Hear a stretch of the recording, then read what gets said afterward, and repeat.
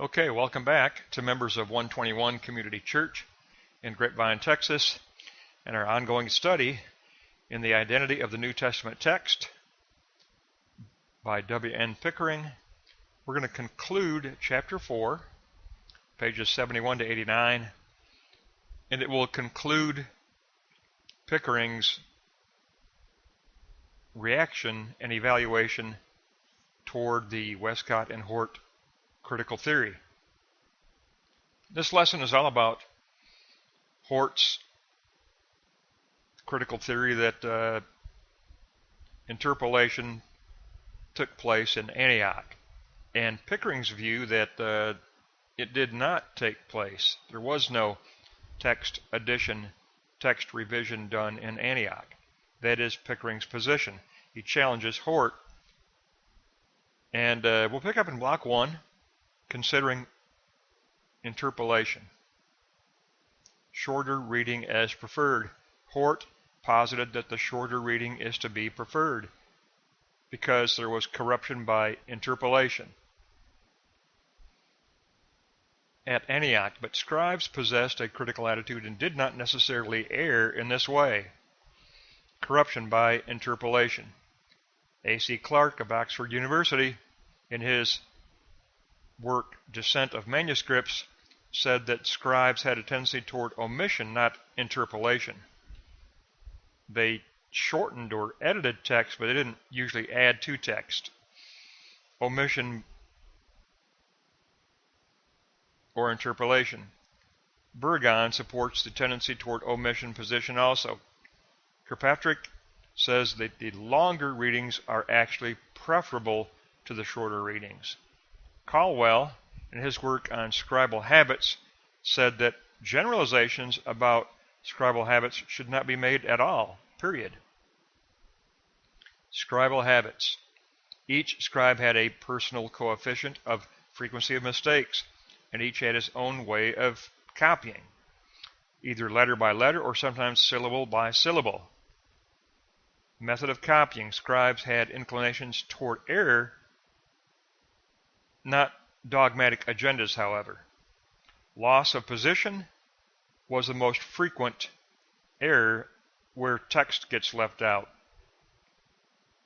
Omission is the most common error. Common errors of omission. The most common error is the error of omission. Sinaiticus and Vaticanus B share similar characteristics, but the traditional text is to be favored. The Syrian text, the Byzantine text. Next, we must consider harder reading. Under harder reading, Hort posited that the harder reading is to be preferred, but sometimes difficult readings are the result of intentional corrections. Jerome, the church father Jerome, complained of the practice of scribes in making intentional corrections. Scribal intentional corrections. Numerous people in the 2nd century made deliberate changes to the text. Hort's theory rests on the basis of only 2 texts, Sinaiticus and Vaticanus B. Hort also complained that the Byzantine texts were harmonizations. They harmonized multiple texts. Harmonizations. This presupposes that the Alexandrian texts are the originals. This has never been proven, says Pickering. Alexandrian texts also have harmonizations. Metzger stated that the Alexandrian text has been assimilated and simplified, especially Vaticanus B. So the United Bible Society, Metzger over the United Bible Society, sides with Pickering, or Pickering sides with him. Now, this denial on the part of Pickering concerning interpolation must address the Antioch revision. And remember, the Antioch revision took place in 2 steps. Remember, in our previous lessons, it was Lucian and Rabula. Block 2 will take a look at the Lucianic revision In Block 3, we'll take a look at the Rebula revision. So let's go to Block 2 and see how Pickering handles Hort's theory in the two-part revision of Antioch, of Syria. Block 2, the non-existent Lucianic revision. Inferiority. Hort declared that the Textus Receptus text was vile, but Wright concluded that the Byzantine text was right, more often than Sinaiticus or Vaticanus B. Kilpatrick concluded that the Syrian text avoided deliberate changes found in other manuscripts. The Lucianic revision theory is false. Burgon says that there has never been any trace of historical evidence to support Hort's recension theory of additions at Antioch, revisions at Antioch. And there has been no deliberate revision at any definite moment. Historians have not recorded any revision to the Greek New Testament text, period. There's no historical evidence. That is something that we noticed in our previous studies on the history of the Bible. There is no historical evidence of the Antioch revision additions at all. Lack of historical testimony for the Lucianic revision. The Syrian or the Byzantine text goes all the way back to the autograph text. Hort could only imagine a tendency toward revision without historical evidence. We must insist upon the evidence or the lack of evidence. The majority text exhibits a widespread uniformity. Uniformity suggests that the Textus Receptus text is nearest to the autograph text. Hort's theory has no historical support with regard to the first revision, the Lucianic revision. Now let's take a look at that second revision in Block 3, the Rebula revision. And that will conclude Chapter 4 of the book, the meat of the book, the core response by Pickering. Block 3, Rebula. Rebula did use an old Syrian text, dated about mid-4th century. It was not, however, an authoritative revision text. No Syrian revision. The Peshitta is considered to be authoritative scripture. It is the common Syrian Bible, and it is considered authoritative scripture, authored by Rebula. Conclusion. And this is conclusion to the entire chapter 4. The Westcott-Hort theory is in error at every point. The New Testament text can only be reconstructed by defining the early Textus Receptus. We cannot ignore history of text.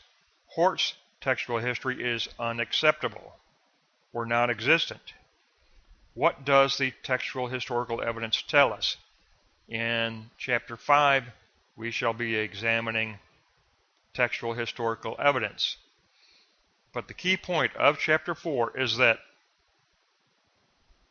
for W.N. Pickering, Block 1, Note 9, Subpoint D, the Alexandrian text has been assimilated and simplified, said the United Bible Society, Metzger said, especially Vaticanus B. Sinaiticus and Vaticanus B, but especially Vaticanus B. And then Block 2, Note 3, the Syrian or Byzantine text goes all the way back to the autograph text. All the way back to the autograph text. Hort has an imaginary tendency toward revision that he tries to posit, which has no historical evidence, says Pickering. Pickering says the Textus Receptus reflects uniformity because it's nearest to the autograph text, period. It is not. The basic argument here is that for Pickering, the Textus Receptus is not a text built on the Alexandrian text. The Alexandrian text is abbreviated from the Textus Receptus. That is Pickering's position. It is omission and abbreviation that takes place, not addition. Addition was less frequent, says Pickering, and what happened was the longer Textus Receptus was abbreviated and shortened in the Alexandrian. He prefers the Textus Receptus. We've said this all along, that Pickering prefers the Textus Receptus, but here he says that the Westcott-Hort theory completely demolishes when looking at the historical evidence. And the next thing we're going to look at is text history and its historical evidence, textual history evidence. But this lesson is all about interpolation. And Pickering says interpolation did not take place. There was no significant editing. Really significant editing is what Hort posited, that some major editing took place in Antioch where, well, as an example, where an ending was added to the Gospel of Mark. And Hort posited the notion that the ending added to the Gospel of Mark proves that the Syrian text is built upon the Alexandrian text, and that the Alexandrian text is primary. That is Hort's position. Pickering says, no, going back to the Gospel of Mark again, he says, no, the Gospel of Mark is longer in the Syrian, but it was shortened in the Alexandrian, and that the Textus Receptus version is primary. It should be given primacy. And that fundamentally is what is being talked about here in this conclusion to chapter 4.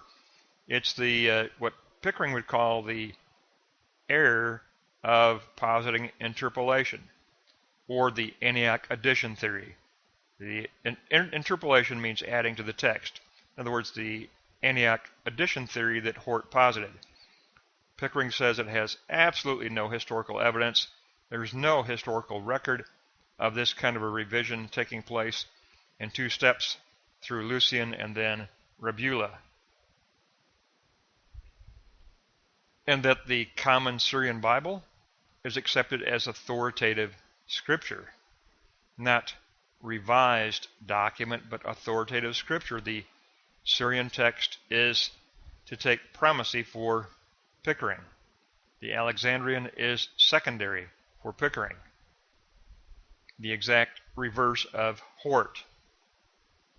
And we have to give credit to where credit is due, and there is no historical evidence for interpolation. There is no historical record by any historian of a 2-step revision process in Syria by Lucian and Rabula. There is, of course, the common Syrian Bible, but there's no revision record. There's no record of a 2-fold revision. And so we have to give that credit to Pickering for pointing out that that is the historical lack of evidence which must be considered when considering Hort's theory. He posits a revision theory and a preference for the Alexandrian text, but has no historical documentation to support that. So that's going to wrap up chapter 4. We looked at it in 3 parts, A, B, and C, and chapter 5, we're going to look at that in 3 parts also. It's a lengthy chapter. We're going to look at it in 3 parts also, but we will pick up next time in chapter 5, and it'll be 5A, and we'll look at it in 3 parts also.